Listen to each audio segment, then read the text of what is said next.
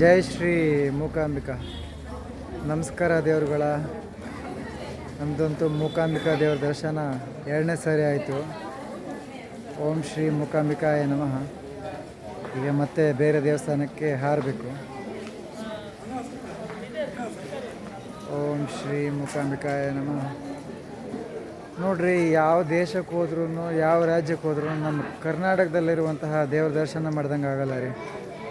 ನಮ್ಮ ಕರ್ನಾಟಕದಲ್ಲಿರುವಂತಹ ಮಳೆ, ನೀರು, ಮಲೆನಾಡ ವಾತಾವರಣ ಇದೆಲ್ಲ ಸವಿಬೇಕು ಅಂದರೆ ನಮ್ಮ ಕರ್ನಾಟಕದಲ್ಲಿರೋ ದೇವ್ರ ದರ್ಶನನೇ ಮಾಡ್ಕೊತಾ ಇರಬೇಕು.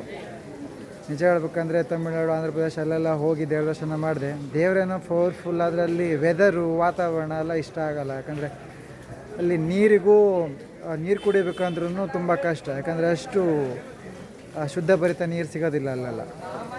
ಇಲ್ಲೆಲ್ಲ ತುಂಬ ಪವಿತ್ರವಾದ ಕ್ಷೇತ್ರ, ನೀರು ಕೂಡ ತುಂಬ ಪರಿಶುದ್ಧವಾದ ನೀರು. ತುಂಬಾ ಖುಷಿ ಆಯಿತು ದೇವ್ರುಗಳ. ನಮಸ್ಕಾರ ದೇವರು. ಎಲ್ಲರೂ ನಮ್ಮ ವಿಡಿಯೋನೂ ಶೇರ್ ಮಾಡಿ ವೀಕ್ಷಕರೇ, ಹಾಗೆ ಸಪೋರ್ಟ್ ಮಾಡಿ. ಜೈ ಶ್ರೀ ಮೂಕಾಂಬ.